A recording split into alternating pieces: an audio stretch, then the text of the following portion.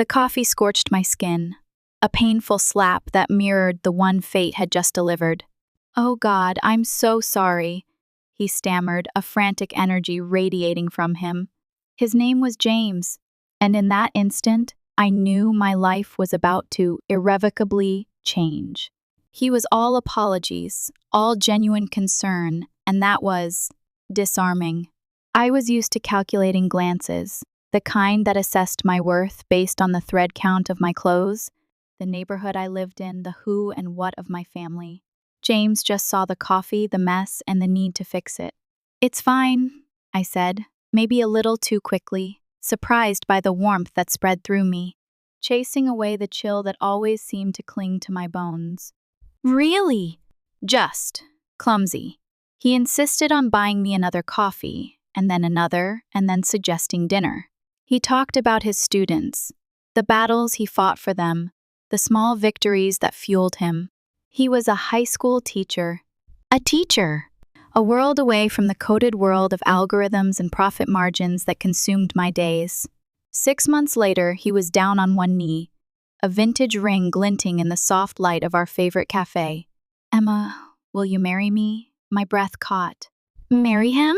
He saw the woman behind the code, the one who still remembered the sting of bleach on her mother's hands, the exhaustion etched on her father's face. He saw me, and he loved what he saw. "Yes," I whispered, tears blurring my vision. Yes, 1,000 times yes, but then came the cold dread. I hadn't told him. Not about the money, the algorithm, the life I lived beneath the facade of simplicity. I'd wanted him to love me, not the me I had become. Now, meeting his family was looming over me, casting a shadow over our happiness. Patricia, his mother, lived in a world where appearances were everything. Her house was a monument to good taste, and the silence there was almost palpable, a stifling presence. The first time I met her, her gaze swept over me, landing on my simple dress, my carefully chosen but understated jewelry. "A cleaner's daughter," she'd said, the words dripping with barely concealed disdain. "How, quaint James. I thought you were dating that lovely doctor's daughter, Caroline." James had stammered, "Mom, please." But the damage was done. The invisible wall had been erected, and I was on the wrong side. His sister, Amanda, a real estate agent, was no better. Every conversation became a subtle competition, a veiled jab at my humble beginnings. "Oh, darling," she'd coo, her voice laced with sugar.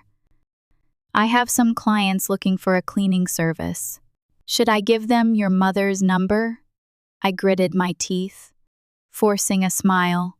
"Thank you, Amanda, but I think she's quite busy." James would squeeze my hand under the table, his eyes filled with apology. But he never truly defended me. He wanted to keep the peace, to smooth things over. And with every averted glance, every murmured appeasement to his mother, a little piece of me chipped away. They had no idea, of course. No idea that I owned half the properties in their precious neighborhood, that my bank account held more zeros than they could count. But I wasn't ready to reveal my hand. Not yet. I needed to see how far they would push me, how deep their disdain truly ran. The annual family reunion was approaching. 3 days of forced smiles, condescending remarks, and constant reminders that I didn't belong. I dreaded it, but also I was strangely excited, because I had a plan that had been brewing for months. "James, darling," Patricia announced at dinner a week before the reunion, her voice saccharine sweet. "I've arranged the guest rooms. You'll stay in your old room, of course. Emma can use the basement." My blood ran cold. The basement. "We need the good rooms for family who actually contribute to our gatherings," she continued, her eyes glittering with malice. "Besides, with her background, she's probably used to much worse." James's face flushed red. "Mom, that's not fair." Patricia waved her hand dismissively. "Oh, James, don't be dramatic. I'm just trying to make Emma feel at home." I forced a smile, the bitterness rising in my throat. "The basement will be fine, Patricia." "Fine?" It was a declaration of war, and she had no idea who she was fighting. The basement was exactly as I imagined, cold, damp, and smelling faintly of mildew. A single bare bulb cast harsh shadows on the peeling paint. The cot was lumpy and smelled of dust. A single, pathetic blanket lay folded at the foot. I sat down heavily on the edge of the cot, the springs groaning in protest. Above me, I could hear the sounds of laughter, the clinking of glasses, the murmur of conversations. Patricia's voice, amplified by the vents, drifted down. "Can you believe she actually took the basement without complaint?" she cackled. "I told James he should have married Caroline. At least she knows how to carry herself in proper society." A wave of nausea washed over me. It wasn't the basement itself. It was the casual cruelty, the blatant disregard for my feelings. It was the realization that, despite everything, I was still just the cleaner's daughter in their eyes. I reached for my phone, my hands shaking. One new message. From Mark, property manager, subject. Inspection ready, Miss S. Miller. The mansion next door has been fully furnished according to your specifications. Everything is ready for tomorrow's inspection. A slow smile spread across my face. Tomorrow, the game would change. Saturday morning dawned bright and clear. I woke early, my back aching from the lumpy cot. I made my way upstairs, steeling myself for the day ahead. The kitchen was a hive of activity.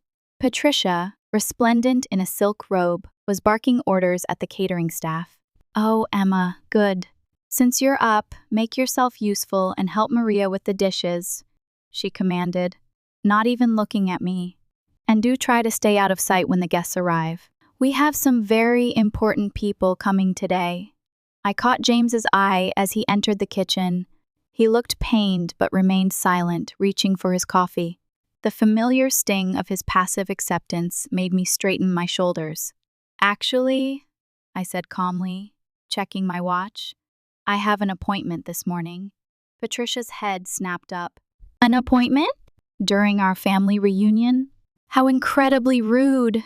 "Mom," James began weakly, but Amanda cut him off. "Mother, the Hendersons just pulled up." "You know, the ones who bought that gorgeous mansion next door," she said, a triumphant smirk on her face. She turned to me, her eyes narrowed. "They're my biggest clients this year. The sale was worth $1 million in commission." Patricia purred, "Wonderful, Amanda. Emma, before you leave for whatever menial task you have planned, at least make yourself useful and help serve the mimosas." I smiled, a slow, deliberate smile that sent a shiver down my spine. "I really must go. My real estate agent is waiting," Amanda scoffed. "Real estate agent? What are you looking at? Studio apartments in the bad part of town?" The doorbell rang, and Patricia hurried to answer it, shooting me a warning look. I followed the group into the grand foyer. A sophisticated woman in a sharp suit stood waiting. She smiled, her eyes meeting mine. "Good morning, Miss S. Miller?" she said, her voice clear and confident. "The mansion is ready for your final inspection." The room fell silent. Patricia's carefully crafted smile froze on her face. "There must be some mistake," she stammered, a forced laugh bubbling in her throat. "Emma isn't. Emma Miller." The first stepped forward, my voice steady and calm. "I am." Amanda's mimosa glass slipped from her fingers, shattering on the marble floor. "That's impossible," she gasped. "I handled that sale through my shell corporation." "Yes," I said pleasantly. "I believe your commission check was quite substantial."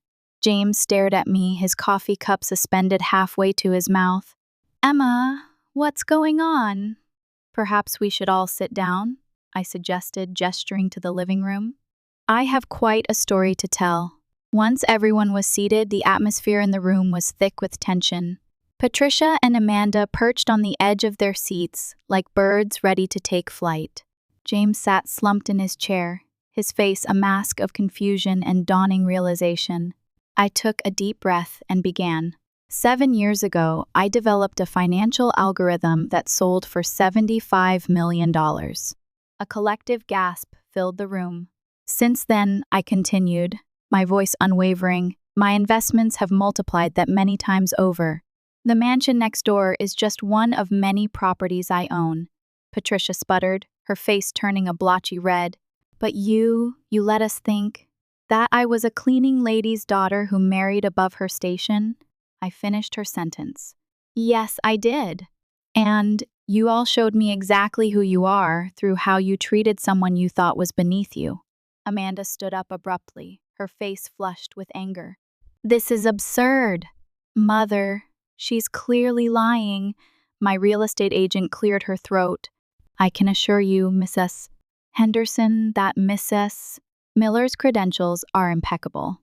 In fact, she owns controlling interest in the development company that built this entire neighborhood. Patricia's face had gone from red to white. The entire neighborhood, including this house? I bought it last month, when it was technically still under your late husband's estate, I confirmed quietly. The paperwork was finalized yesterday. The silence that followed was deafening. James had sunk further into his chair, his face buried in his hands. You mean, Patricia's voice trembled, this isn't my house anymore? It's mine, I said simply, just like the basement where you made me sleep last night. Amanda jumped to her feet, her eyes blazing with fury. Mother, she can't do this. We'll fight it in court. You're welcome to try, I replied, my voice calm and measured. My lawyers have ensured everything is perfectly legal, but right now, I'd like you both to leave my house. Leave? Patricia gasped. But where will I go? This is my home. It was your home, I corrected. Don't worry, I've arranged for temporary accommodations for you. There's a modest apartment available in the building where my parents used to work as janitors. I hear the basement unit is particularly cozy. The family gathering had devolved into chaos. Relatives whispered among themselves, some looking shocked, others secretly pleased to see Patricia's pride take such a fall. James finally found his voice. Emma, why didn't you tell me? He asked quietly, his eyes filled with pain. I turned to face my husband. Would it have made a difference? Would you have stood up to your mother's treatment of me if you'd known I was wealthy? Because if money is what it takes to earn basic respect in this family, then we have bigger problems than where I sleep. My real estate agent cleared her throat again. Miss S. Miller, shall we proceed with the inspection of your new property? Yes, I said, standing. Patricia, I'll have my staff help you pack. You have until tomorrow evening to vacate the premises. As I walked toward the door, Patricia's voice rang out, suddenly honeyed and pleading. Emma, dear, surely we can discuss this. We're family, after all. I paused at the doorway, turning back to face her. Family? Let's talk about family, Patricia. Last Christmas, you seated me at the children's table and told everyone it was, because I wouldn't know how to behave at the adults' dinner. Last month, you accidentally excluded me from James's birthday celebration. And just yesterday, you made me sleep in a basement because you said I wasn't good enough for a real room. I didn't mean, she stammered, her voice trembling. Yes, you did, I said firmly. You meant every slight, every insult, every attempt to humiliate me. You showed me exactly who you are, Patricia. Now, I'm showing you exactly who I am. The sound of my heels clicking on the marble floor echoed through the silent house as I walked out, head held high. Behind me, I could hear Patricia's sobs and Amanda's angry protests, but I didn't look back. The following weeks were a whirlwind of activity and emotions. Patricia and Amanda moved out as required, though not without a great deal of legal wrangling. Their lawyers were relentless, but my team was better, and every transaction was airtight. I moved into the mansion next door, its opulence a stark contrast to the basement I had so recently occupied. It felt hollow. A victory, but a lonely one. James moved out. He needed space, he said. He needed to figure things out. The distance gave me time to think. About my marriage, about the choices I had made, about the kind of life I wanted to build. Was it worth sacrificing my own happiness to prove a point?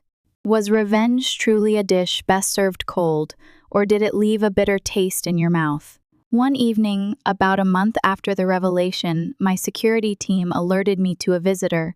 James stood at my front door, looking more disheveled than I had ever seen him. "Can we talk?" he asked quietly, his eyes pleading. I led him to my home office, a warm room filled with family photos, including one of my parents on their 30th anniversary. James's eyes fixed on it as he sat down. "I've been doing a lot of thinking," he began, his voice strained, "about everything. About us. I've also been seeing a therapist." I waited, letting him find his words. "I failed you, Emma. Not just at the reunion, but every time I let my mother treat you like you were beneath us. I told myself I was keeping the peace, but really, I was just being a coward." "Yes, you were," I agreed softly. He winced, but continued. "The thing is, I kept wondering why you didn't tell me about your success." Then I remembered. Last Thanksgiving, when Mom made that comment about your father being just a janitor, and I laughed. I actually laughed. Tears formed in his eyes. "That's when you were going to tell me, wasn't it?" I nodded, the pain of that moment still sharp. I had the papers in my bag. "But watching you laugh at your own father-in-law, I realized that you were just like them." "I was," he admitted, his voice barely a whisper. "And that shame is mine to carry. But Emma, I want you to know what's happened since you left." He straightened in his chair, his eyes filled with a newfound determination. "I resigned from my teaching position at Brighton Prep. This surprised me. James had taught at the prestigious private school for years. I took a job at Riverside High School instead," he continued. "It's in the neighborhood where you grew up. The kids there, they remind me of you. Brilliant, determined, just needing someone to believe in them." "And your mother?" I asked, my voice carefully neutral. "I haven't spoken to her since she moved out," he said, his jaw clenched. "She and Amanda have been trying to rally the family against you, but it backfired." Cousin Sarah came forward about how Mom had treated her when she married beneath her station. Then Uncle Robert shared stories about her behavior toward his second wife. "It's like your courage in standing up to her gave others permission to speak their truth." I absorbed this information, noting the changes in James. He seemed more grounded, more present. "There's more," he said. "I've been volunteering at the community center where your mom used to work. Did you know they have a program teaching financial literacy to cleaning staff and janitors? I'm helping them expand it." "Why are you telling me all this, James?"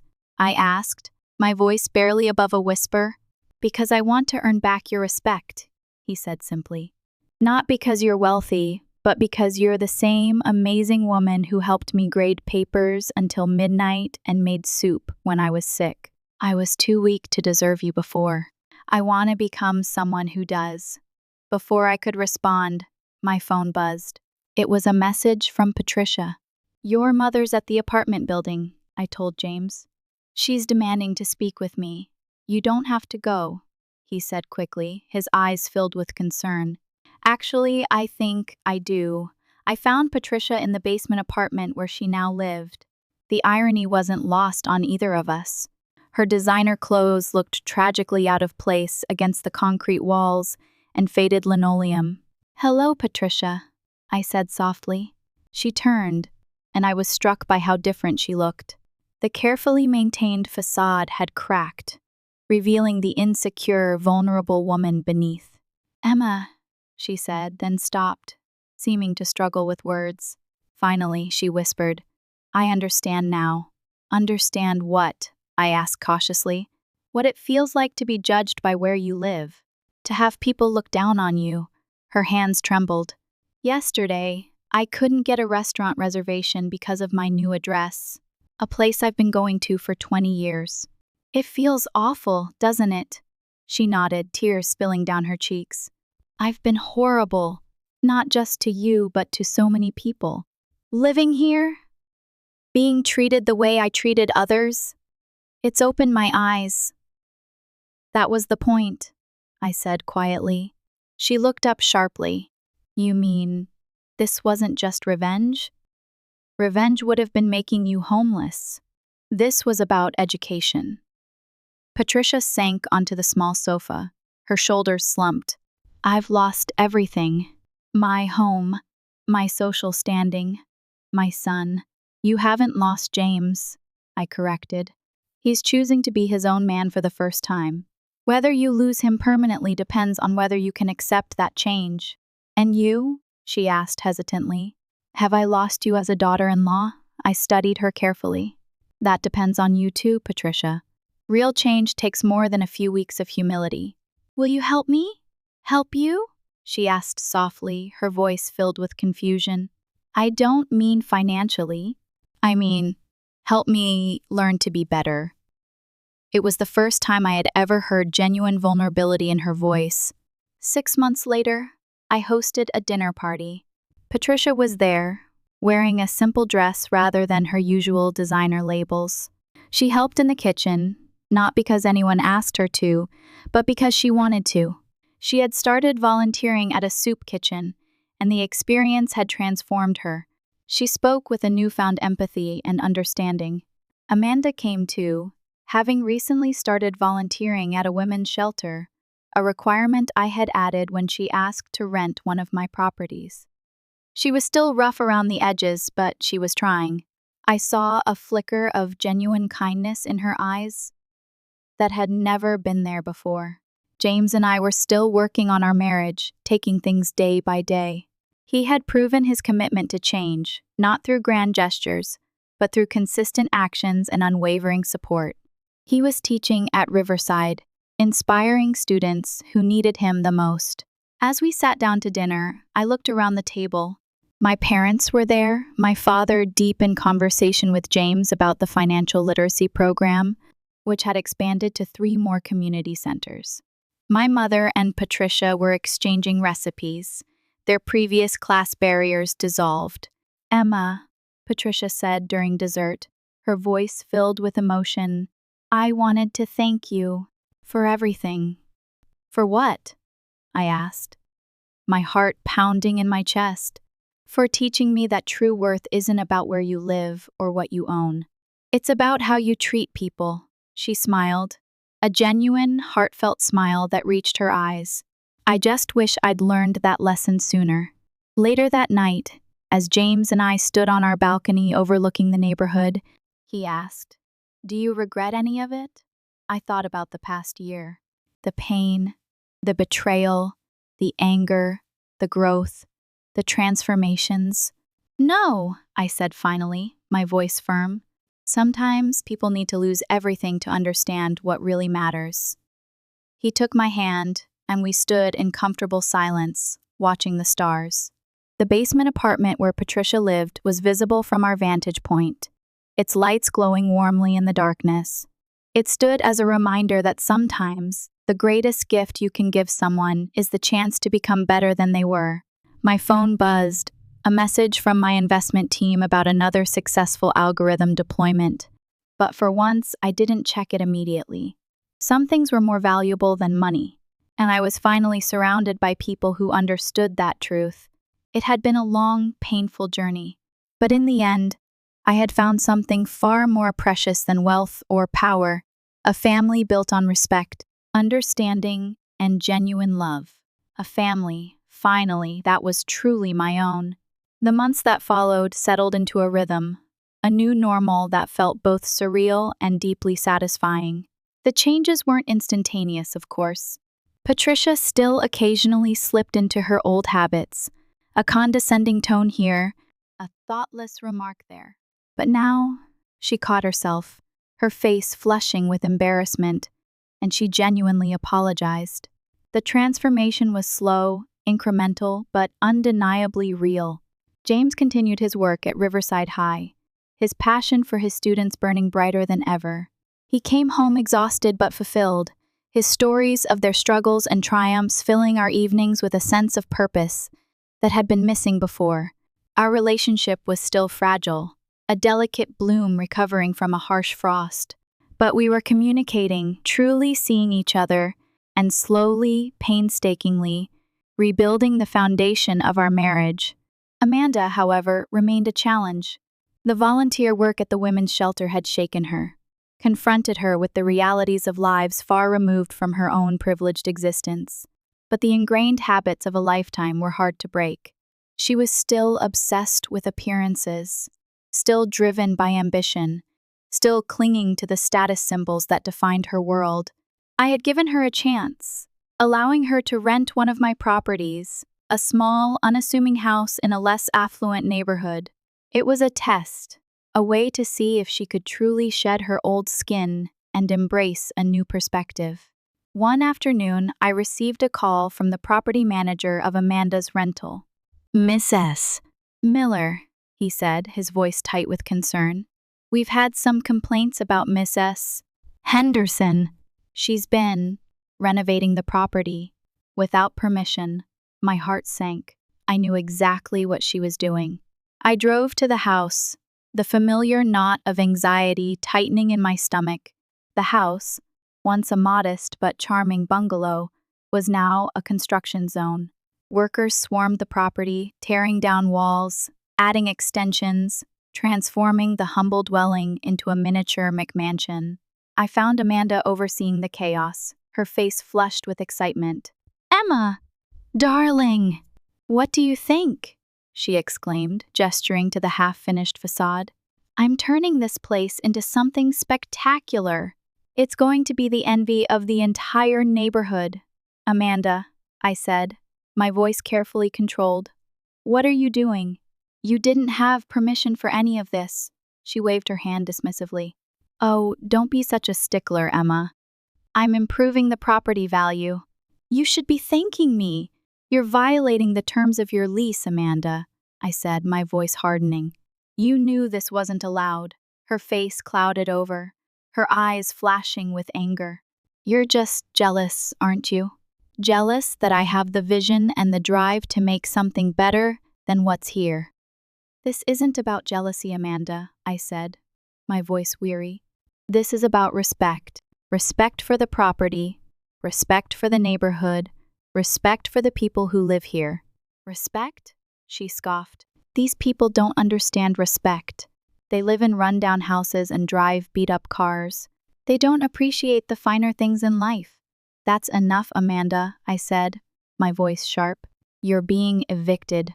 Her face crumpled, her carefully constructed facade crumbling before my eyes. "What? You can't do that. Where will I go?" "That's not my problem, Amanda," I said, my voice cold. "You had a chance to change. You had a chance to learn. You blew it." As I walked away, I heard her sobs, but I didn't turn back. Sometimes, tough love was the only kind that worked. The incident with Amanda left me feeling disillusioned and disheartened. Had I expected too much? Was it even possible to truly change someone who was so deeply entrenched in their old ways? I needed a new focus, a new project to channel my energy into. I couldn't save everyone, but maybe I could help create a system that would empower others to save themselves. I started researching initiatives that focused on economic empowerment and community development. I visited organizations that provided affordable housing, job training, and financial literacy programs. I listened to the stories of people who had overcome adversity, who had pulled themselves up by their bootstraps, and built better lives for themselves and their families. One organization in particular caught my attention. It was a small, grassroots group that focused on revitalizing struggling neighborhoods by investing in local businesses and creating opportunities for residents to become entrepreneurs. I met with the founder, a dynamic woman named Maria, who shared her vision for a community where everyone had the chance to thrive, regardless of their background or circumstances. "We believe that economic empowerment is the key to unlocking potential," Maria said, her eyes shining with passion. "When people have the opportunity to earn a living, to start their own businesses, to build wealth, they become invested in their communities. They become stakeholders. And that's how you create lasting change." I was inspired by Maria's vision, and I knew that I wanted to be a part of it. I offered to provide financial support, but Maria insisted that my involvement be more than just writing a check. "We need your expertise, Emma," she said. "We need your business acumen. We need your experience in navigating the world of finance. Will you join our board?" I hesitated. I was comfortable in my world of algorithms and investments, but the idea of becoming deeply involved in a community development project was daunting. It was a world I didn't fully understand, a world where the stakes were much higher than just profit and loss. But then I thought of my parents, of the sacrifices they had made to give me a better life. I thought of James and his unwavering commitment to his students. And I thought of Patricia and the slow, painful journey she was undertaking to become a better person. I took a deep breath and said, "Yes, Maria, I'll join your board." Joining the board of the Community Development Organization opened my eyes to a whole new world. I learned about the challenges facing struggling communities, the systemic barriers that prevented people from achieving their full potential. I met inspiring individuals who were working tirelessly to make a difference, who were dedicating their lives to building a better future for their neighbors. I also learned about the power of collaboration, the importance of working together to achieve a common goal. The organization brought together residents, business owners, community leaders, and government officials to create a shared vision for the neighborhood and to develop strategies for achieving that vision. One of the first projects I became involved in was the revitalization of a dilapidated commercial strip in the heart of the community. The strip had been plagued by crime, blight, and vacancy for years, and it had become a symbol of the neighborhood's decline. The organization proposed to transform the strip into a vibrant marketplace, a hub for local businesses, a place where residents could gather and connect. The plan included renovating the existing buildings, attracting new businesses, creating public spaces, and implementing security measures. The project faced numerous challenges, from securing funding to navigating bureaucratic red tape to overcoming community skepticism. But the organization persevered, and slowly, painstakingly, the project began to take shape. I used my financial expertise to help secure funding for the project, leveraging my connections in the world of finance to attract investors and philanthropists. I also worked with the organization's legal team to navigate the complex web of regulations and permits. But my most important contribution was helping to bridge the gap between the world of finance and the world of community development. I translated the language of Wall Street into terms that community residents could understand, and I explained the needs and aspirations of the community to potential investors. The transformation of the commercial strip was nothing short of miraculous. The dilapidated buildings were renovated, the vacant storefronts were filled with thriving businesses, and the streets were once again bustling with activity. The marketplace became a source of pride for the community, a symbol of hope and opportunity. While the community development project was thriving, Amanda's life continued to unravel. After being evicted from my property, she bounced from one temporary residence to another, her financial situation becoming increasingly precarious. She lost her real estate license, her social circle dwindled, and she sank deeper and deeper into despair. One evening, I received a call from a local hospital. Amanda had been admitted after an overdose. I rushed to the hospital, my heart pounding in my chest. I found her lying in a hospital bed, her face pale and drawn. She was stable, the doctor said, but she was in a fragile state. I sat by her bedside, holding her hand, my eyes filled with tears. I had tried to help her, but I had failed. She had hit rock bottom, and I didn't know if she would ever be able to pull herself out. When she finally awoke, her eyes were filled with shame and regret. "Emma," she whispered, her voice barely audible, "I'm so sorry. I've made such a mess of everything." "It's okay, Amanda," I said, my voice choked with emotion. "It's not too late to turn things around." "No, it is," she said, shaking her head. "I'm broken. I'm beyond repair." "Don't say that, Amanda," I said, squeezing her hand. "You're strong. You're resilient. You can get through this." "How?" she asked, her voice filled with despair. I've lost everything. I have nothing left. You have me, Amanda, I said. And you have yourself. That's all you need to start over. I helped Amanda find a therapist, a compassionate and skilled professional who specialized in addiction and trauma. I encouraged her to attend support group meetings, to connect with others who had faced similar challenges, and I stood by her side, offering unwavering support and encouragement. The road to recovery was long and arduous, filled with setbacks and challenges, but Amanda persevered, fueled by a newfound determination to heal and to rebuild her life. Slowly, painstakingly, she began to make progress. She started volunteering at the women's shelter, the same place where she had once been forced to work as a condition of renting my property. This time, however, she was there by choice, driven by a genuine desire to help others. She connected with the women at the shelter, sharing her own experiences of struggle and loss, offering them hope and encouragement. She discovered a sense of purpose and fulfillment that she had never known before. Years passed. The community development project thrived, transforming the neighborhood into a vibrant and prosperous community. The marketplace became a model for revitalization, attracting visitors and investors from around the world. James continued his work at Riverside High, inspiring his students to dream big and to achieve their full potential.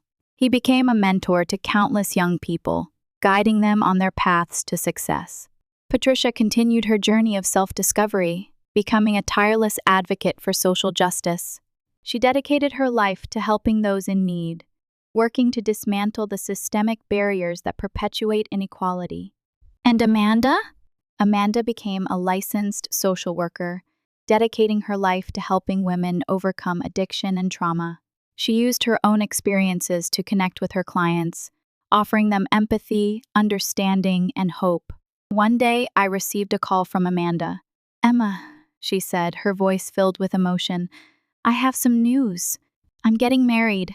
I was overjoyed. Amanda had found love, true love, with a man who saw her for who she was, who appreciated her strength and her compassion. At the wedding, I stood beside Amanda, my heart overflowing with pride. As I watched her exchange vows with her new husband, I realized how far we had all come. We had faced adversity, we had made mistakes, we had stumbled and fallen, but we had also learned, we had grown, and we had emerged stronger and more resilient than ever before. As the celebration drew to a close, I found myself standing on the balcony of the reception hall, overlooking the city lights. James joined me, wrapping his arms around me, his touch warm and familiar. "Do you ever think about how different things would be if you hadn't bought that mansion next door?" he asked, his voice soft. I smiled. "Every single day, do you regret it?" he asked, his eyes searching mine. "Not for a second," I said, my voice firm. "It was the hardest thing I've ever done, but it was also the best thing. It forced us all to confront our demons, to examine our values, and to become better people."